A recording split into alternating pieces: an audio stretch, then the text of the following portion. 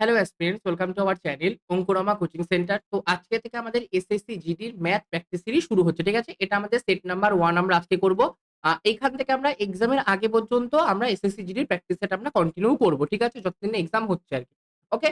আচ্ছা, এই সিরিজটা তোমাদের এসএসসির জন্য ইম্পোর্টেন্ট, রেলের জন্য ইম্পোর্টেন্ট। মানে রেলের যেকোনো এক্সাম দাও, তোমাদের এই সিরিজটা কাজে লাগবে। এসএসসির যেকোনো এক্সাম দাও, তোমাদের এই সিরিজটা কাজে লাগবে। তো অবশ্যই বলব, ক্লাসে যারা জয়েন করেছো ক্লাসটাকে একটু লাইক করে দিও। চ্যানেলে ১ম বার হয়ে থাকলে চ্যানেলটাকে সাবস্ক্রাইব করে দিও আর বন্ধুদের সাথে ক্লাসটাকে শেয়ার করে দিও। ওকে? চলো ফার্স্ট কোয়েশ্চেন দেখো কি বলেছে। একটি ঘনক্ষেত্রের প্রতিটি প্রান্তের দৈর্ঘ্য 50% বৃদ্ধি করা হয়। তাহলে ভূপৃষ্ঠের ক্ষেত্রফলের শতাংশ বৃদ্ধি হলো কত? মানে ভূপৃষ্ঠের ক্ষেত্রফল কত শতাংশ বৃদ্ধি পাবে? আচ্ছা, একটা ঘনক্ষেত্র বলেছে, একটা ঘনক। একটা ঘনকের এক্সাম্পল কি হবে? লুডুর ছক্কা ধরে নাও। একটা লুডুর ছক্কা একটা ঘনক হয়। তার কটা তল থাকে? ৬ টা তল থাকে। ৬ টা তল মানে কি? যেখানে ১ টা দাগ, ২ টো ডট, ৩ টে ডট, ৪ টে ডট, ৫ টা ডট, ৬ টা ডট থাকে। তাহলে ৬ টা তল আছে। প্রত্যেকটা তলই একেকটা করে বর্গক্ষেত্র। প্রত্যেকটা তলের যদি আমি ওর দৈর্ঘ্য প্রস্থ করি সেটা সমান হয়। দৈর্ঘ্য আর প্রস্থ সমান হয়। তার মানে প্রত্যেকটা তল একটা বর্গক্ষেত্র। এবার বলেছে প্রতিটি প্রান্তের দৈর্ঘ্য 50% বাড়িয়েছি। মানে দৈর্ঘ্য 50% বাড়িয়েছি, উচ্চতাও 50% বাড়িয়েছি। সব আমি 50% করে বাড়িয়েছি। তাহলে ভূপৃষ্ঠের ক্ষেত্রফল। আচ্ছা, ভূপৃষ্ঠটা কেমন? ভূপৃষ্ঠটা আমার বর্গক্ষেত্রের মতো। তাহলে বেসিক্যালি বর্গক্ষেত্রের ক্ষেত্রফল কত বৃদ্ধি পেয়েছে আমাকে জানতে চেয়েছে। ঠিক আছে? যদি একটা বর্গক্ষেত্রের প্রতিটা বাহু, এখানটা প্রতিটা বাহু 50% বৃদ্ধি পেয়েছে। যদি একটা বর্গক্ষেত্রের প্রতিটা বাহু a% করে বৃদ্ধি পায়, তাহলে ক্ষেত্রফল কত বৃদ্ধি পায়? 2a plus a square by 100%। এখানটা 2 এর ভ্যালু কত? এর ভ্যালু ৫০। তাহলে 2a মানে ৫০ দুগুণি ১০০ যোগ a স্কয়ার। ৫০ এর স্কয়ার কত? ২৫০০ বাই ১০০। কাটাকাটি করলে দুটো 0, দুটো 0, ১০০ আর ২৫ যোগ হলে ১২৫% আমার বৃদ্ধি পাবে। ১২৫% মানে কোনটা? ২ নাম্বার অপশনটা কারেক্ট অ্যান্সার। ঠিক আছে? আচ্ছা, পরেরটা থেকে আমি একটুখানি টাইম দেব। চলো এটা শুরু করো। তোমাদের টাইম শুরু হচ্ছে। বলো কি হবে?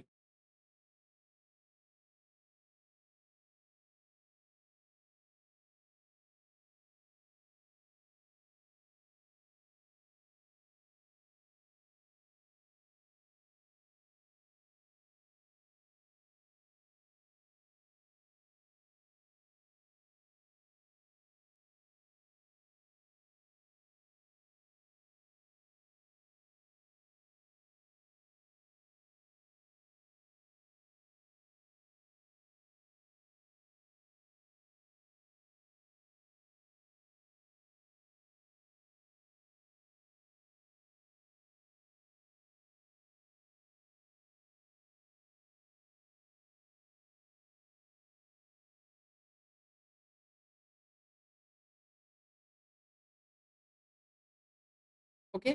চলো শুরু করা যাক নাকি? কি বলেছে? নিচের কোন সংখ্যাটি আমাদের ৩৩ দ্বারা বিভাজ্য? আচ্ছা, ৩৩ দ্বারা বিভাজ্য মানে কি? ৩৩ কে পরস্পর দুটো মৌলিক সংখ্যার গুণফল আকারে ভাঙাবো। তাহলে কি হয়? ৩ গুণ ১১। তাহলে কোন সংখ্যা যদি ৩ দ্বারা ভাগ যায়, আবার কোন সংখ্যা যদি ১১ দ্বারা ভাগ যায়, তাহলে বলতে পারি সংখ্যাটা ৩৩ দ্বারা বিভাজ্য। এবার অপশন টেস্ট করব। অপশন টেস্ট কি করব? ফার্স্ট এ দেখি এই ৪ টের মধ্যে কোন অপশনটা ৩ দ্বারা ভাগ যায়। ১ম টা দেখো, ১ম একটা যে সংখ্যা আছে তার প্রত্যেকটা ডিজিটের সমষ্টি। একটা সংখ্যার প্রত্যেকটা ডিজিটের সমষ্টি যদি ৩ দ্বারা ভাগ যায়, তাহলে সংখ্যাটা ৩ দ্বারা ভাগ যায়। করি। ২ আর ৫ এ ৭, ৭ আর ৮ এ ৭ ৪ ১৪ ১৫। তাহলে এটা ৩ দ্বারা ভাগ যায়। তারপরটা ৯ আর ১ এ ১০, ১০ আর ৬ এ ১৬, ১৬ আর ৭ এ কত? ৬ ৬ ১২ ১৩, ২৩, ২৩ আর ৯ এ কত আমাদের? ৩২। তাহলে এটা আমাদের কি ৩ দ্বারা বিভাজ্য না। তারপরে ৭ আর ৩ এ ১০, ২ এ ১২, ১২ আর ৫ এ ১৭। এটাও আমাদের ৩ দ্বারা বিভাজ্য না। তারপরটা ২ আর ৭ এ ৯, ৯ আর ৪ এ ১৩, ১৩ আর ৪ এ কত? ১৩, ১৪ গুণা ১৬, ১৭, ১৭ আর ১ এ ১৮। তাহলে এটাও আমাদের কি ৩ দ্বারা বিভাজ্য। তাহলে বিভাজ্য না কোনটা? ২ নাম্বারটা বিভাজ্য না, ৩ নাম্বারটা বিভাজ্য না। ঠিক আছে? এবার বাদ দিয়ে দিই। ওকে? এবার এই দুটোর মধ্যে দেখব। এই দুটোর মধ্যে কোনটা আমাদের ১১ দ্বারা ভাগ যায়। ঠিক আছে? ১ম টাকে লিখে নিচ্ছি। 25080। আচ্ছা, ১১ দ্বারা বিভাজ্যর নিয়ম কি? তুমি ১ম এর সাথে একটা ছেড়ে ৩ নাম্বার সংখ্যা যোগ করবা, একটা ছেড়ে ৫ নাম্বার সংখ্যা যোগ করবা। যদি আরো থাকে একটা ছেড়ে ৭ নাম্বার সংখ্যা যোগ করবা, এরকম করে যোগ করবা। দিয়ে ওদের সমষ্টিটা লিখবা। ওদের সমষ্টি কত হয়? ২ ০ ০। তার মানে সমষ্টি ২। এবার বাকিগুলোকে যোগ করবা। ৫ আর ৮ এ কত? ৮ আর ৫ এ ১৩। এবার এই ১৩ আর এই ২ এর মধ্যে পার্থক্য করবা। ১৩ আর ২ এর মধ্যে পার্থক্য কত? ১৩ - ২ মানে কত? ১১। এই যে ডিফারেন্সটা বেরোলো, সেটা হয় তোমার 0 হতে হবে অথবা 11 র কোনো গুণিতক হতে হবে। হয় 0 অথবা 11 র কোনো গুণিতক হলে সংখ্যাটা 11 দ্বারা বিভাজ্য। এখানটা 11 এসছে তাহলে এই অপশনটা আমাদের 11 দ্বারা বিভাজ্য সঠিক উত্তর। আমরা একটু ৪ নাম্বারটা চেক করে দেখি যে ওটা তো হচ্ছে না, কেন হচ্ছে না? 2 7 4 4 1 ২ এর সাথে ৪ করব। ৪ আর ২ এ কত? ৬, ৬ আর ১ এ কত? ৭। আর এটা ৭ আর ৪ এ কত? ১১। তাহলে ১১ আর ৭ এর ডিফারেন্স কত? আমাদের ৪। তাহলে এটা আমাদের 0 ও হলো না, ১১ এর কোনো গুণিতক হলো না। তাহলে এটা আমাদের ৪ দ্বারা ১১ দ্বারা বিভাজ্য হবে না। ক্লিয়ার? বুঝতে পেরেছ? দেখো, যদি কোনো ডাউট থাকে তাহলে আমাকে কমেন্ট করতে পারো।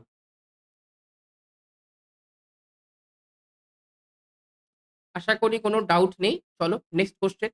৩০ বছর পর রাজুর বয়স ৪ বছর আগে তার বয়সের ২ গুণ হবে। তাহলে রাজুর বর্তমান বয়স কত বছর? করো। টাইমটা শুরু করি।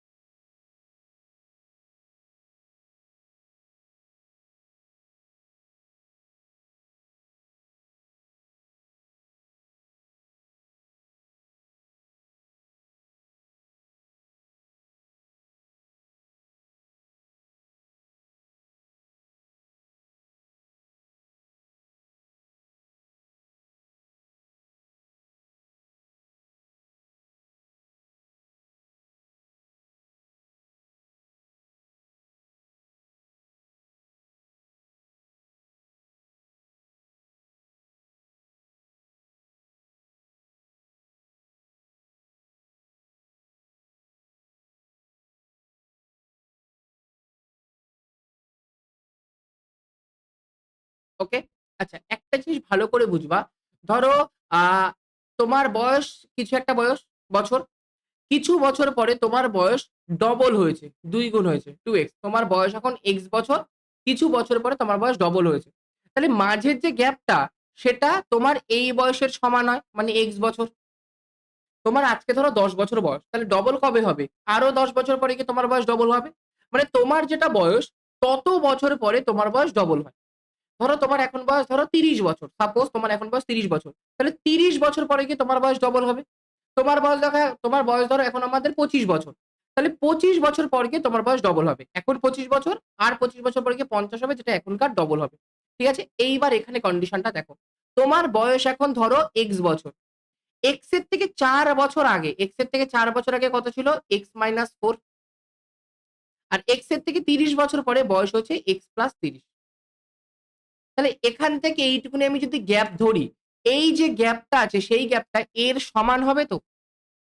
এই যে গ্যাপটা হবে সেটা এর বয়সের সমান। তাহলে সবার আগে দেখি আমি এখান থেকে এর আমার গ্যাপ কত? এখান থেকে এর গ্যাপ কত? ৩৪ বছর। তাই তো? ৩৪ বছর গ্যাপ হচ্ছে তো? তোমার এখন থেকে ৪ বছর আগে গেলা, আবার এখন থেকে ৩০ বছর পরে গেলা। তাহলে এই দুটোর গ্যাপ কত? এইখানে ৪ আর এখানে ৩০, ৩৪ বছর। তাহলে তোমার আজকে থেকে ৪ বছর আগে বয়স ছিল ৩৪ বছর। তোমার আজকে থেকে ৪ বছর আগে বয়স ছিল ৩৪ বছর। তাহলে রাজুর বর্তমান বয়স কত? বর্তমান বয়স কত হবে? ৪ বছর যোগ করব। তাহলে ৩৪ আর ৪ এ কত? ৩৮ বছর। তাহলে রাজুর বর্তমান বয়স ৩৮ বছর মানে ১ নাম্বার অপশনটা কারেক্ট অ্যান্সার। বুঝতে পারলে? তোমার যত বয়স হয় তত বছর পরে তোমার বয়স মানে ডবল হয় আরকি, দ্বিগুণ হয়। তাহলে তোমার ৪ বছর আগে বয়স ছিল ৩৪ তার ডবল মানে ৬৮ হবে। সেটা কখন হবে? ওখান থেকে ৪ বছর পরে বর্তমান বয়স, বর্তমান থেকে ৩০ বছর পরে গিয়ে তোমাদের ৬৮ বছর বয়স হলো। ক্লিয়ার? চলো। Next question.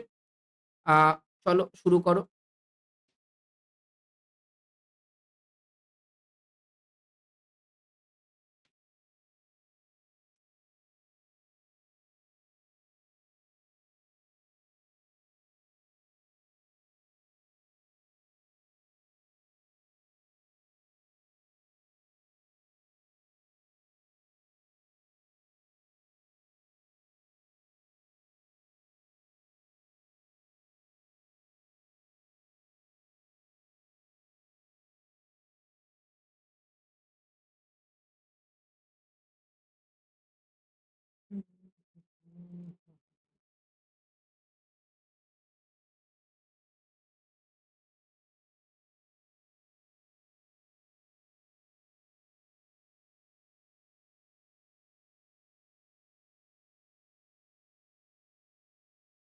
ওকে?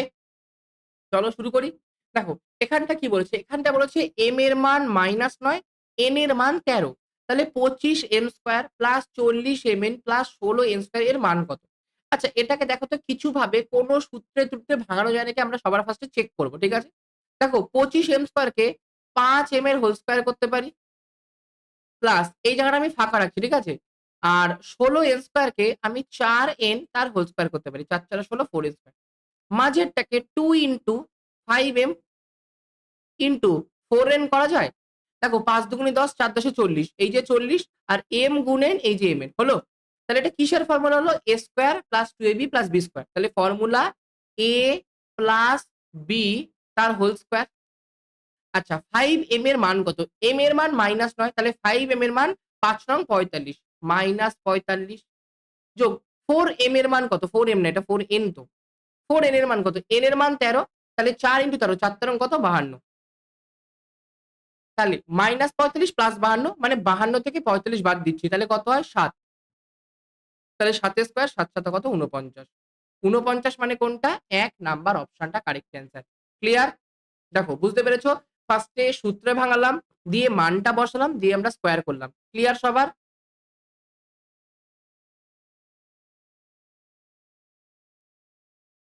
ওকে?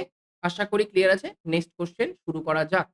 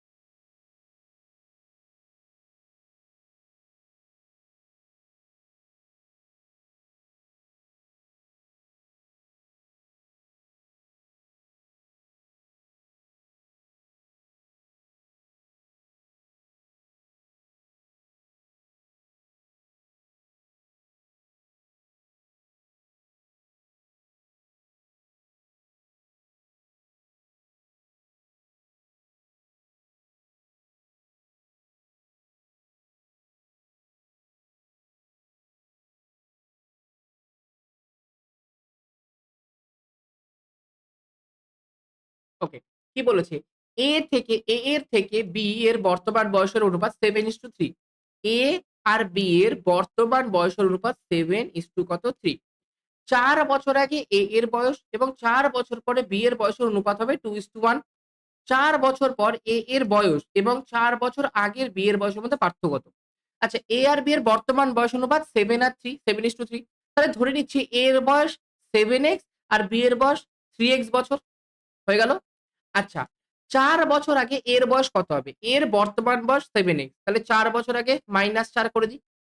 আর ৪ বছর পরে B এর বয়স কত হবে? B এর বর্তমান বয়স 3x তার থেকে ৪ বছর যোগ করো তাহলে এটা ৪ বছর পর হয়ে যাবে।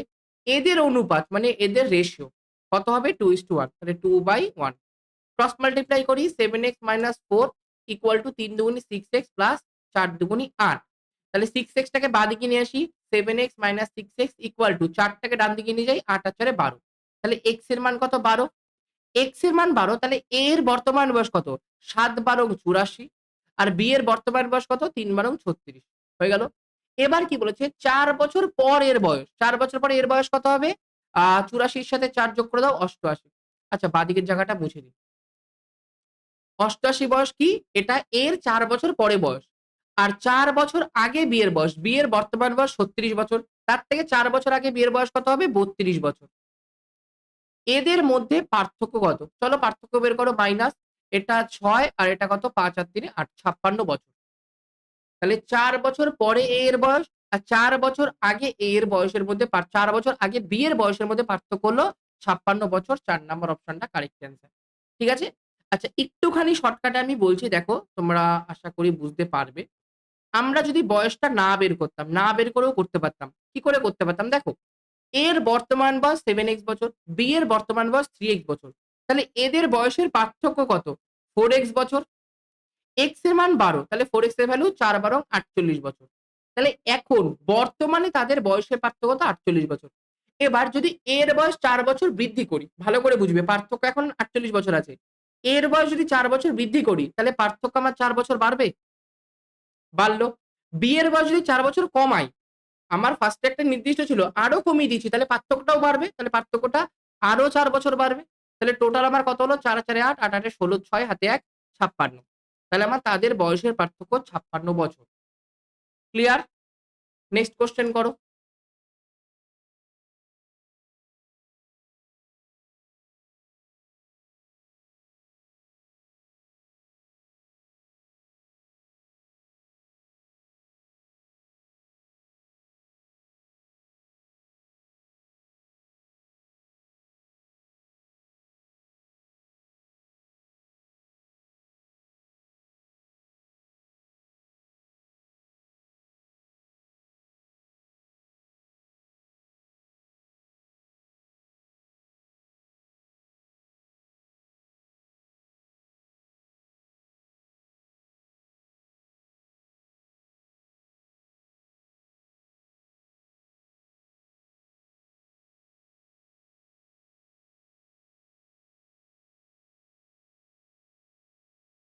ওকে?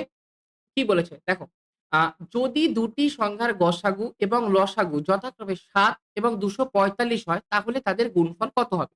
দেখো, দুটো সংখ্যার গুণফল সমান, সমান আমরা জানি সংখ্যা দুটোর লসাগু গুণ তাদের গসাগু। তাহলে এখানে তাদের গুণফল কত হবে? গুণফল হবে ৭ গুণ ২৪৫। ওকে? আচ্ছা, এবার আমরা যদি ইউনিট ডিজিটের কনসেপ্টে যাই, ভালো করে বুঝবে। ৭ কে ৫ দিয়ে গুণ করলে ৫ ৭ ৩৫, তাহলে ইউনিট ডিজিটে ৫ হবে। তাহলে এই অপশনটা হবে না, এই অপশনটা হবে না। হয় এটা হবে অথবা এটা হবে। এবার আমরা একটুখানি অ্যাসাম্পশন এর দিকে যাব। দেখো, এখানে ২৪৫ আছে তো, তুমি ২০০ ধরো। ২০০ কে যদি আমি ৭ দিয়ে গুণ করি, ২০০ কে ৭ দিয়ে গুণ করলে কত হয়? ৭ দুগুণে ১৪, ১৪০০ বেরোবে। আবার ৪৫ কে ৭ দিয়ে গুণ করলে কিছু একটা বেরোবে। মানে অ্যান্সারটা ১৪০০ থেকে বড় হবে। তাহলে ১৪০০ থেকে বড় মানে কি? ২ নাম্বার অপশন হবে না, ৪ নাম্বার অপশনটা সঠিক উত্তর। ক্লিয়ার? এটা অ্যাসাম্পশন পদ্ধতিতে গেল আরকি। ওকে? চলো আমরা একটুখানি গুণও করে নিই। ৫ ৭ ৩৫, ৩, ৪ ৭ ২৮, ২৯, ৩০, ৩১, ৩, ৭ দুগুণে ১৪, ১৫ ১৬ ১৭। ১৭১৫ আমাদের কারেক্ট অ্যান্সার। ওকে? নেক্সট কোয়েশ্চেন করো।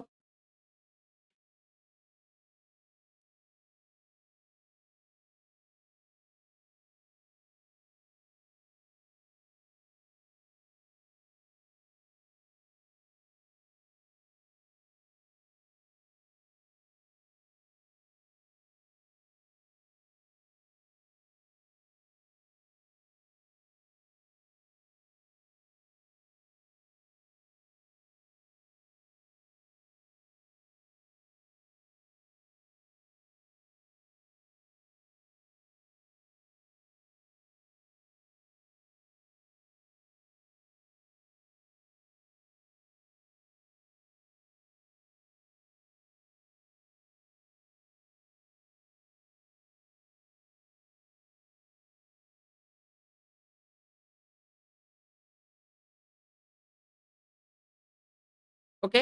আচ্ছা, কি বলেছে দেখো। বলেছে দুটি সংখ্যার পার্থক্য তাদের যোগফলের ১/৫ অংশ এবং তাদের যোগফল ৪৫। আচ্ছা, দুটো সংখ্যা একটা x একটা y ধরে নিচ্ছি। তাহলে x আর y এদের সমষ্টি কত? ৪৫। আর x টাকে বড় সংখ্যা ধরি, তাহলে x মাইনাস y এদের পার্থক্য কত হবে? ৪৫ যোগফলের ১/৫ অংশ। মানে কাটাকাটি করলে ৫ নং ৩৫, তাহলে ৯ হলো। তাহলে এখান থেকে যদি আমি যোগ করি এটাকে, তাহলে প্লাস y মাইনাস y কেটে যায়। 2x এর ভ্যালু কত থাকে? ৫ আর ৯ ১৪, ১ ৫৪। তাহলে x এর ভ্যালু কত? ২৭ হলো। এবার এখান থেকে y এর ভ্যালু বের করব। যেকোনো একটা y এর ভ্যালু বসিয়ে দাও। এখানেই বসাচ্ছি। x এর value ২৭ minus y equal to ৯। তাহলে এখান থেকে কি হবে? y টাকে ডান দিকে নিয়ে যাই, ৯ টাকে বাঁদিকে নিয়ে আসি। ২৭ মাইনাস ৯ ইকুয়াল টু y। তাহলে y এর ভ্যালু কত আমাদের? ১৮ বেরোচ্ছে। হলো। তাহলে x এর ভ্যালু ২৭, y এর ভ্যালু ১৮। আমাকে বলেছে এদের লসাগু নির্ণয় করো। তাহলে ২৭ আর ১৮ র লসাগু করব। করো। ৯ দিয়ে ৩ নং ২৭, ৯ দুগুণি ১৮। তাহলে লসাগু কত? ৩ দুগুণি ৬, ৬ নং ৫৪। তাহলে লসাগু হয়ে গেল ৫৪। মানে কোনটা? ৩ নাম্বার অপশনটা কারেক্ট অ্যান্সার। ক্লিয়ার? চলো নেক্সট কোয়েশ্চেন করো।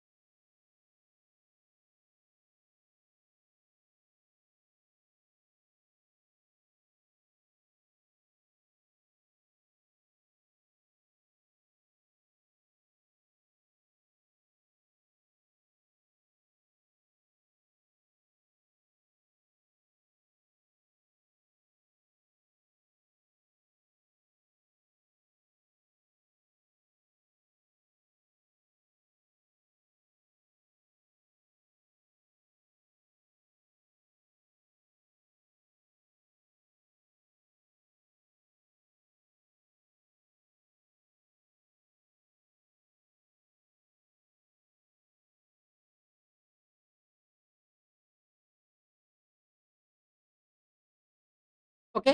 চলো। কি বলেছে? সমাধান করো। -3 -2x = x + 12 -3 -2x কত? x প্লাস কত? 12। তাহলে x টাকে বাঁদিকে নিয়ে আসি। তাহলে -x হয়ে যাবে। আর এখানটা -2x ছিল, হয়ে গেল? আচ্ছা। ৩ টাকে এদিকে নিয়ে আসি। তাহলে -3 আছে, ওদিকে গেলে +3 হয়ে যাবে। তাহলে ১২ + ৩। তাহলে ১২ আর ৩ এ কত? ১৫।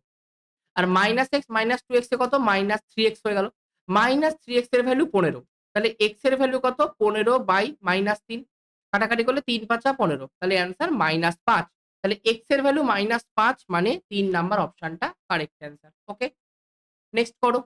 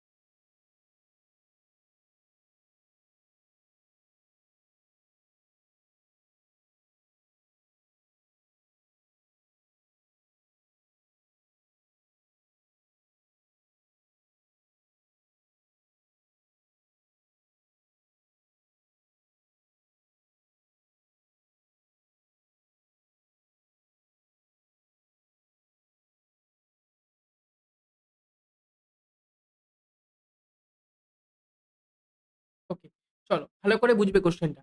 একটি দ্রব্য ৳৮০০ য় বিক্রি করলে প্রাপ্ত যে লাভ হয় সেটা ৳২৭৫ র ওই দ্রব্যটি বিক্রি করলে প্রাপ্ত ক্ষতির ২০ গুণ হয়। মানে ৳৮০০ য় বিক্রি করলে যত টাকা লাভ হচ্ছে, ৳২৭৫ য় বিক্রি করলে যা ক্ষতি হচ্ছে তার ২০ গুণ ওটা অ্যান্সার হয়। মানে লাভটা ওই ক্ষতিটার ২০ গুণ। ওকে? আচ্ছা, ৳৮০০ যখন আমি বিক্রি করছি তখন লাভ ক টাকা হচ্ছে? ধরে নিচ্ছি বস্তুটার ক্রয় মূল্য ৳X, তাহলে লাভ কত হবে? বিক্রয় মূল্য ৳৮০০ থেকে ৳X বাদ দেব। এটা আমার লাভ। এই লাভটা কার সমান? ২০ গুণ ক্ষতির সমান। কার ক্ষতি? যখন ৳২৭৫ য় বিক্রি করছি তখন ক টাকার ক্ষতি হচ্ছে? ৳X টাকার জিনিসকে ৳২৭৫ য় বিক্রি করি। তাহলে ক্রয় মূল্য থেকে বিক্রয় মূল্য বাদ দেব। এটা হয়ে গেল ক্ষতির পরিমাণ। ঠিক আছে? এবার একটুখানি গুণ করি। ৮০০ - x = ২০x মাইনাস একটা তো 0 আসেই, ২০ র 0, আরেকটা ২ দিয়ে ২৭৫ কে ৫ দুগুনি ১০, ১ ২৭ দুগুনি ৫৪, ৫৫। তাহলে এবার করব, কি করব? -x টাকে ডান দিকে নিয়ে যাই। আর -৫৫০০ টাকে বাঁদিকে নিয়ে আসি। তাহলে ৮০০ র সাথে ৫৫০০ যোগ হবে। আর ওদিকে x এর সাথে ২০x যোগ হবে। তাহলে অ্যান্সার কত আসবে? ২১x। ২১x এর মান কত? ৫৫০০ এর সাথে ৮০০ যোগ হবে। তাহলে ৬৩০০। তাহলে ২১ দিয়ে কাটলে ৩ ২১ এ ৬৩, ৩০০। তাহলে x এর ভ্যালু কত? ৩০০। তাহলে x এর ভ্যালু ৩০০ মানে জিনিসটার ক্রয় মূল্য ৳৩০০। এবার বলেছে কত টাকায় দ্রব্যটি বিক্রি করলে ২৫% লাভ হয়। তাহলে ৳৩০০ র জিনিসকে ক টাকায় বিক্রি করে ২৫% লাভ হবে? তাহলে ৩০০ র ২৫% বের করব। ৩০০ র ২৫% কত? ০, ০, ০ কাটলাম। ৩ × ২৫ = ৭৫। তাহলে ৳৭৫ লাভে বিক্রি করলে আমার কি হবে? ২৫% লাভ হবে। ৳৩০০ র জিনিসকে যদি আমি ৳৭৫ বেশি দামে বিক্রি করি, তাহলে আমার ২৫% লাভ হবে। অর্থাৎ ৳৩৭৫ য় বিক্রি করলে আমার ২৫% লাভ হবে। মানে ১ নাম্বার অপশনটা কারেক্ট অ্যান্সার। ওকে? চলো নেক্সট বলো কত হবে?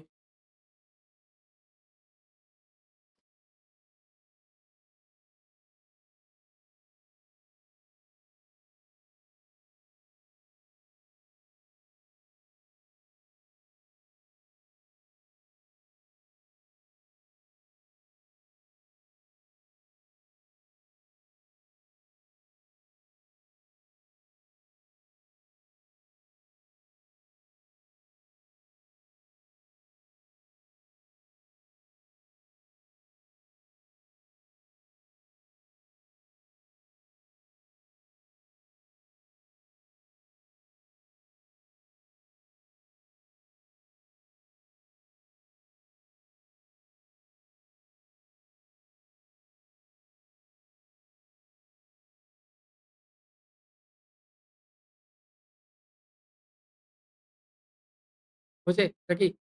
চলো শুরু করি। আচ্ছা। 10% ছাড় দেওয়ার পরে একটি ফ্ল্যাট বিক্রি করে 33.33% লাভ হয়। যদি ফ্ল্যাটের ধার্য মূল্য 40 লাখ টাকা হয়, তাহলে এর ক্রয় মূল্য নির্ধারণ করো। আমাদের ৩ টে জিনিস হয়। একটা ক্রয় মূল্য, একটা আমাদের মার্কেট প্রাইস, আরেকটা আমাদের হয় সেলিং প্রাইস। ক্রয় মূল্য, ধার্য মূল্য, বিক্রয় মূল্য। এবার বলেছে 10% ছাড় দেওয়ার পরে একটি ফ্ল্যাট বিক্রি করা হয়েছে। আচ্ছা, ছাড়টা আমার সবসময় মার্কেট প্রাইস এর উপর দেয়। 10% ছাড় দিচ্ছে মানে যদি মার্কেট প্রাইস ৳১০ হয়, ৳১০ 10% কত? ৳১, ৳১ ছাড় দিচ্ছে, ৳৯ য় বিক্রি করছে। তাহলে অনুপাত হয়ে গেল মার্কেট প্রাইস এর সাথে সেলিং প্রাইস অনুপাত হয়ে গেল 10:9। এবার কথা, ফ্ল্যাটটা বিক্রি করে 33.33% লাভ করছে। 33.33% এর ফ্র্যাকশনাল ভ্যালু 1/3। মানে যদি ক্রয় মূল্য ৳৩ হয়, তার উপর ৳১ লাভ হচ্ছে, ৳৪ আমি ফ্ল্যাটটাকে বিক্রি করছি। হলো? এবার এই দুটোর মধ্যে এই দুটোকে যদি সমান করতে চাই, সবার আগে সেলিং প্রাইস দুটোকে সমান করব। এই দুটোকে যখন আমি রেশিওটাকে সমান করে ৩ টের একটা রেশিও বের করব, তখন আমাকে সেলিং প্রাইসটাকে সমান করতে হবে। তাহলে ৯ আর ৪ কে কি করে সমান করব? ৯ কে মানে পুরোটাকে ৪ দিয়ে গুণ করব। আর ৪ কে মানে পুরোটাকে ৯ দিয়ে গুণ করব। করি। ৩ নং ২৭ আর ৪ নং কত? ৩৬। এবার প্রথমটাকে করছি। ৪ ১০ এ ৪০ আর ৪ নং ৩৬। এটা হয়ে গেল অনুপাত। যদি এটা মুছে দিই, এগুলো সব মুছে দিলে অ্যান্সার হবে ২৭:৪০ কত? ৩৬। মানে কোন জিনিসের যদি ক্রয় মূল্য আমার ৳২৭ হয়, তাহলে ধার্য মূল্য বা মার্কেট প্রাইস ৳৪০ হবে। আর বিক্রয় মূল্য বা সেলিং প্রাইস ৳৩৬ হবে। এবার কোয়েশ্চেনে বলেছে যদি ফ্ল্যাটের ধার্য মূল্য ৳৪০,০০,০০০ হয়, তাহলে এই ৪০ ইউনিট, এই ৪০ ইউনিটের ভ্যালু ৪০,০০,০০০। ৪০ ইউনিটের ভ্যালু ৪০,০০,০০০। তাহলে এর ক্রয় মূল্য কত? তাহলে ক্রয় মূল্য ২৭ ইউনিট। ২৭ ইউনিটের ভ্যালু কত হবে? ২৭,০০,০০০। যদি ৪০ ইউনিটের ভ্যালু ৪০,০০,০০০ হয়, তাহলে ২৭ ইউনিটের ভ্যালু ২৭,০০,০০০ হবে। তাহলে দ্রব্যটা না, ফ্ল্যাটটির ক্রয় মূল্য হবে ২৭,০০,০০০, মানে ৪ নাম্বার অপশনটা কারেক্ট অ্যান্সার। ঠিক আছে? তো আজকের জন্য এইটুকুনি। প্রত্যেককে বলব ক্লাসটা যদি ভালো লেগে থাকে ক্লাসটাকে অবশ্যই লাইক করে দেবে। চ্যানেলে যদি ১ম বার হয়ে থাকো তাহলে চ্যানেলটাকে একটুখানি সাবস্ক্রাইব করে দেবে। ঠিক আছে? তো চলো এইটুকুনি, এখানেই ক্লাসটা এন্ড করলাম। কারোর যদি কোন ডাউট হয় তাহলে অবশ্যই আমাকে কমেন্ট সেকশনে জানাতে পারো। Okay? Thank you. Keep supporting, keep learning. Have a great day. By.